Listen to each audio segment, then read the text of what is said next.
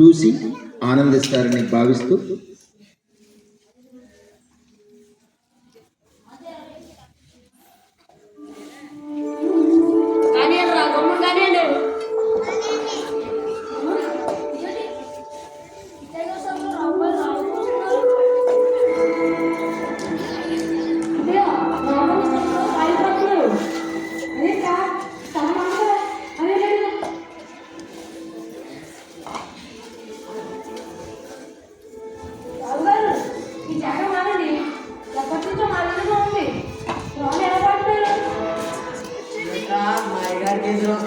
బ్రతకాలనుకుంటున్నా లేదు ఊళ్ళో ఉండాలనుకోవట్లేదా? ఉండాలనుకుంటే నోరు మూసుకొని మాట విని ముందునే కాదు గుండెలు కూడా నోరు చెడిపోతాయి. ఒరే మీరు చెయ్యలేరా? చూడు కెట్టయ్యా, వాళ్ళ మాటలేవి పట్టించుకోకు. ఉట్టి మూర్ఖులు వాళ్ళ మాటలేవి. కానీ ఈ స్థలం అల్లుడు కావాలనుకున్నాడు, మరి ఇవ్వకపోతే మాట వచ్చేది.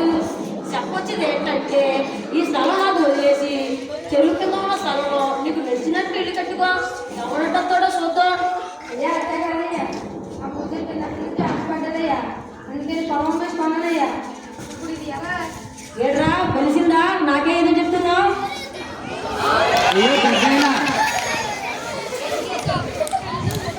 ఏంటండి ఇది? మనిషి మీద గౌరవ మర్యాదలు లేకుండా ఎలాగైనా ప్రవర్తించేది? అతను అలా బాధించే హక్కు మీకు ఎవరిచ్చారు? ఓ లాయరు, నీకు తెలియదనుకుంటా.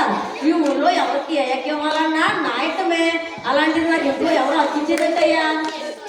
డబ్బు బలంతో మందిని వెనకేసుకొని ఇష్టానికి నువ్వు చేస్తానంటే ఊరుకునేది లేదు.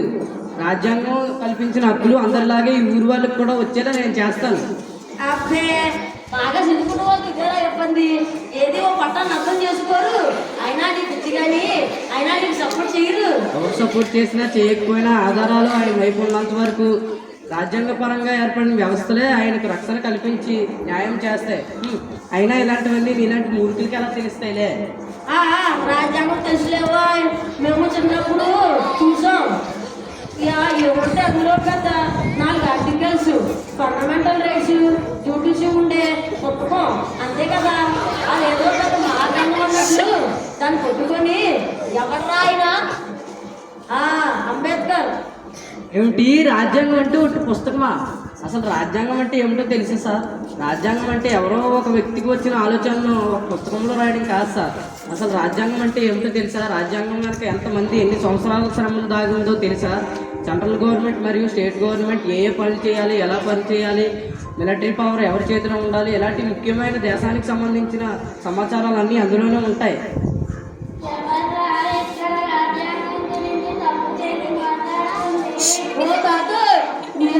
నీకెందుకు? ఆయన స్వాతంత్రం కోసం పోరాడారు. ఆయన ఉద్యోగంలో ఉంటారు. నువ్వు ఆగరా?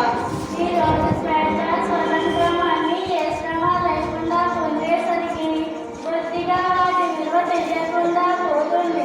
వాటి విలువ తెలియాలంటే ఇప్పటికీ దేశంలోని ప్రజలు ఏం తినాలి, ఎలా ఆలోచించాలి, ఎక్కడ ఉండాలి, ఎలాంటి బట్టలు వేసుకోవాలి, ఇలాంటి విషయాలన్నీ కంట్రోల్ చేసే నార్త్ కొరియా లాంటి దేశం గురించి తెలుసుకో. మనకు స్వతంత్రం వచ్చే సమయానికి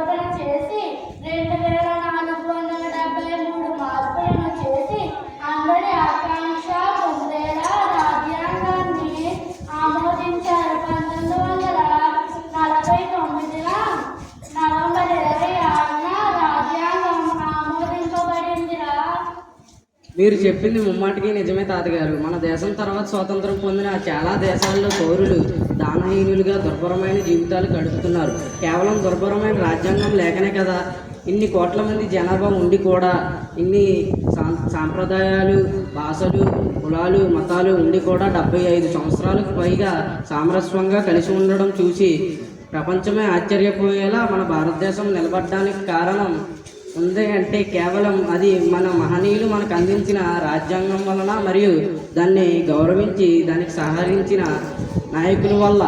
సో రాజ్యాంగం జస్ట్ ఒక పుస్తకం కాదు sir, it's a way of life. Every Indians it's a way of life. పోతే పోయింది కానీ తస్సదియా చాలా బాగా చెప్పాడు రా తాత. కొనియండి రా, రాజ్యాంగం అంటే చాలా గొప్పది. అంబేద్కర్ మహాత్ముడు రా, ఇలాంటి మాట్లాడుతుండగా